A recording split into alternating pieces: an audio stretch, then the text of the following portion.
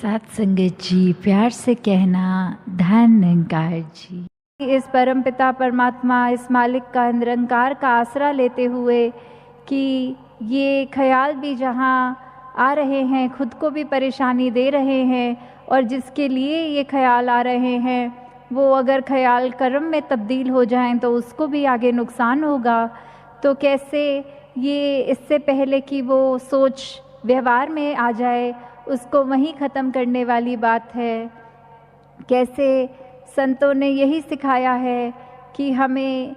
जहाँ शुरुआत अपने आप से करनी है, वो जो मन की अवस्था है हमारी, ये ज्ञानेश्वर जी की भी वो कहानी हर एक ने सुनी होगी कि कैसे एक माँ अपने बच्चे को उनके पास लेके आती है और कहती है वो बीमार है, तो वो बच्चे को देख के कहते हैं कि अगले दिन लेके आइएगा, कल लेके आइएगा।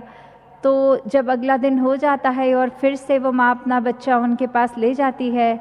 तो वो उनको बच्चे को कहते हैं कि तुम स्वस्थ हो जाओगे अगर गुड़ खाना छोड़ दो। तो ये माँ के ख्याल में आता है कि क्यों इस बच्चे को अगर इतना ही समझाना था कि ये गुड़ को छोड़ देगा तो तबीयत ठीक हो जाएगी। तो उन्होंने आगे से ये बात समझाते हुए कहा कि यदि कल आप आ जाते तो मेरे कक्ष में मैं अपने सामने गुड़ की थाली रख के बैठा था, फिर मैं कैसे उस मुंह से उस बालक को बोल सकता था कि गुड़ नहीं खाना, जबकि मैं खुद उस गुड़ का सेवन कर रहा था। तो कैसे संतों ने पहले खुद अपने कर्मों में सब एक अच्छी बातें ढाली हैं और फिर उसका प्रचार किया है आगे। फिर वही संत आगे ऐसे भी समझाते हैं कि हमने कुछ पा लिया है, जैसे मीराबाई जी भी कहते थे कि ये पाया जा सकता है, ये प्रभु परमात्मा। कैसे हम अगर एक एक चीज़ को संतों की ये बात समझ लें तो हमारे जीवन में वाकई ही फिर ये जो हालात जो भी हों ये उथल पुथल नहीं होती। एक ये शांति का एहसास, ये कामनेस, ये पीस वाली बात है। ये जो भी चीज़ है ये इस परमात्मा की ही है। तो जब हम इस परमात्मा से ही जुड़ जाते हैं ये ब्रह्म ज्ञान की दात प्राप्त करके, तो फिर सब स्थिति हमको इस मालिक के मुताबिक लगती है। तो कैसे फिर हम जहाँ वो बैलेंस की बात करते हैं कि ये ज्ञान और कर्म का जो बैलेंस है, तो वो सिर्फ दो पंख वाली बात जैसे एक चिड़िया के एक पक्षी के होते हैं। ये ज्ञान भी तब तक ही हमारे एक फ़ायदे के लिए हमारे को एक उससे वरदान रूप में है, जब तक हम उसको कर्म में नहीं ढालेंगे तो वो किसी काम का नहीं रहेगा हमारे लिए। तो ये बहुत ही ज़रूरी है कि ज्ञान अगर प्राप्त कर भी लिया, इस मालिक से नाता जुड़ गया, अपनी पहचान हो गई, तो साथ ही साथ हमारे जीवन में भी ये ज्ञान का ये झलक रहे हमेशा हमारे कर्म में, हमारी सोच में, हमारे बोलों में भी फिर मधुरता आ जाएगी। हम कड़वे वचन नहीं बोलेंगे, फिर हम अपने दिल में सिर्फ वो प्रेम रखेंगे। हम ये नहीं सोचेंगे कि कैसे ये मन जो है ये एक ही मन है, पर कभी ये इतने सारे रंगों का इसमें एक रहता है दिखाना, ये कभी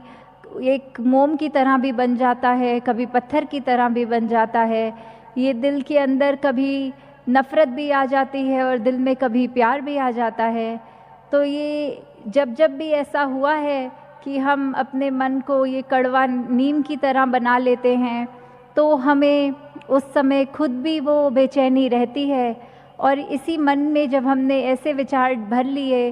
कि हर एक से प्यार करना है, वो मिश्री वाली बात कि वो मीठा अपना मन करके सबसे पहले सुकून भी हमको ही मिलेगा और फिर हम वो सुकून हर एक तक अपनी भावनाओं द्वारा पहुंचाएंगे।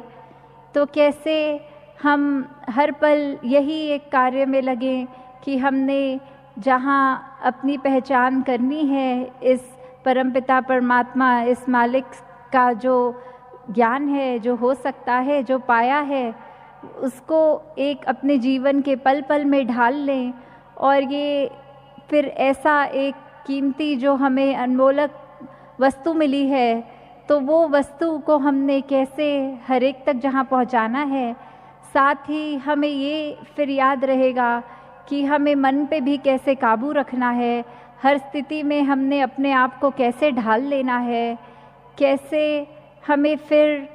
अपने जीवन में कुछ एक पास्ट की, प्रेजेंट की या फ्यूचर की हमें वो फिर चिंता नहीं रहती, क्योंकि यही था जो पास्ट में भी है, यही प्रेजेंट में भी है, इसी ने हमारे साथ आगे फ्यूचर में भी होना है, और जब हम नहीं होंगे तो भी इसने रहना है, क्योंकि इसका तो ना कोई शुरुआत थी ना अंत है। तो इससे जुड़ी हुई कोई भी चीज़, एक एक मनुष्य जिसके अंदर इसका वास है, तो वो जब तक हम ये सोचेंगे कि इस निरंकार के साथ हम जुड़े हुए हैं, तब तक ही हम एक अपने आप को बेहतर बनाने की कोशिश कर सकेंगे। कैसे फिर हम ये दिमाग से निकाल पाएंगे कि जो बीत गया उसकी चिंता तो हमने नहीं करनी, जो इस समय हाथ में है उसको बेहतर कैसे बना सकते हैं, और आगे एक कैसे अपने आप का, एक अपना best versions of ourselves हम कैसे वो बन सकते हैं। तो दातार कृपा करे सभी पे कि पहले तो इंसान कहलाने लायक बन जाएं, चाहे ये शरीर हमारा इंसान का है, पर हमारे ये व्यवहार क्या इंसानों वाला बन गया है, क्या हम हर एक से उस तरह उसको अपना मान के उसके साथ पेश आते हैं, क्या हमारे दिल में हर एक के लिए बराबर वो प्यार है बिना किसी बायस के, क्या हमारे को एक ऐसी बातें दूसरों से करनी अच्छी लगती हैं जिससे हम कुछ अच्छी कोई गुण ग्रहण कर सकें, या फिर हमारा ध्यान यही लगा रहता है एक जीवन, और अब इस जीवन को पूरी तरह ऐसे ही जी सकते हैं जो मनुष्यों ने इस परमात्मा को देख लिया, ये ब्रह्म ज्ञान द्वारा निराकार के दर्शन करके फिर जीवन में हर पल ज्ञान को जीना, इस निरंकार के एहसास में सेवा सुमिरन सत्संग करते हुए जीना। तो ये जीवन भी जहाँ एक धन्य रूप है कि यही अवसर है, इसको चाहें तो धन्य कर लें परमात्मा के साथ मन को जोड़ के, या चाहें तो इस मनुष्य जीवन को गवा दें, और फिर जो गवाएंगे वो नुकसान उन्हीं का होगा कि एक अवसर सुनहरी मिला भी एक परमात्मा के एहसास में रह के भक्ति में मन को चूर रखने का, पर एक ध्यान जीते जी फिर घर बार एक और अन्य, एक मटीरियलिस्टिक, एक दुनियावी, एक धन दौलत, एक उसी में ही लगा दिया। और कैसे जिन्होंने संसार के चाहे सुख सुविधा उस रूप में हो या ना हो, फिर भी अहमियत संसारिक वस्तुओं को नहीं परमात्मा को ही दी, उनके जीवन में वाकई ही असली धन उनको मिल गया। कैसे जीवन में जीते जी फिर उन्होंने एक ना कि सिर्फ असली मानव की तरह अपना जीवन जिया, पर वो आगे भी सबको प्रेरणादायक ही जीवन जीते गए, जहाँ किसी को उनको ये नहीं बोलना पड़ा कि हमारे जीवन को देखो, हमारा जीवन कितना अच्छा है, पर औरों ने खुद ही ये देखा कि जो परमात्मा से जुड़ गए हैं ब्रह्म ज्ञान द्वारा, उनके जीवन से कितनी ज़्यादा शिक्षा मिलती है।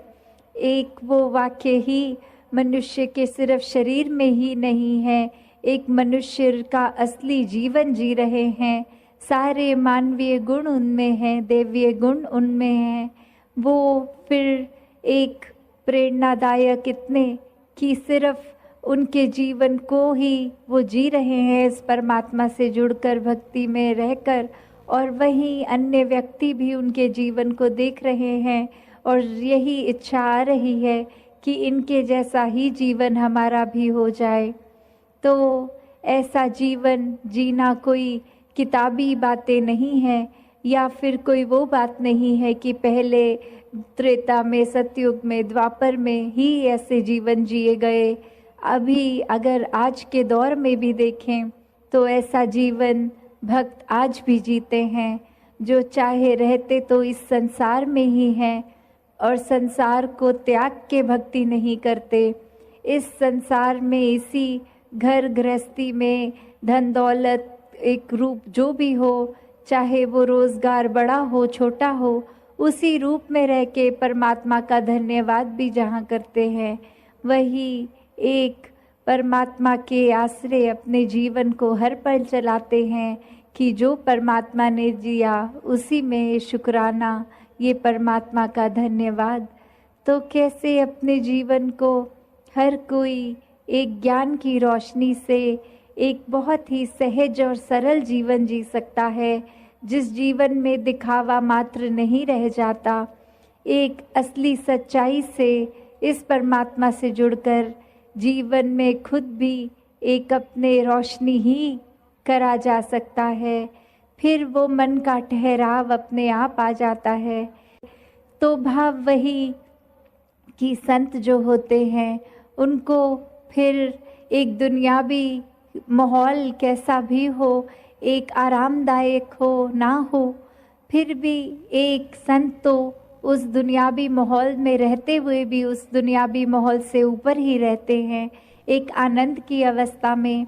हर स्थिति में खुद को एडजस्ट करते हुए कि एक जहाँ स्थिति जो है उसको अगर वो सही भी करनी है तो उसमें प्रयत्न करना है, एक अपने दुनियावी रूप में अचीवमेंट सपने बनाकर उस तरफ चलना है। पर अगर परमात्मा को मंजूर नहीं और वो एक कार्य उस तरह से ना हो जैसा सोचा रखा है, तो भी एक परमात्मा को कोसते नहीं है भक्त, एक परमात्मा को शुक्राने भाव से यही मन के भाव रखते हैं कि इसी में ही भलाई होगी, इसलिए ये कार्य हम जैसे चाहते थे वैसे नहीं हो पाया। तो कैसे अपने जीवन को भक्तों ने हर समय इस परमात्मा के ही आसपास केंद्रित रखा कि एक दुनिया में हर दिन कैसा भी समय आ सकता है,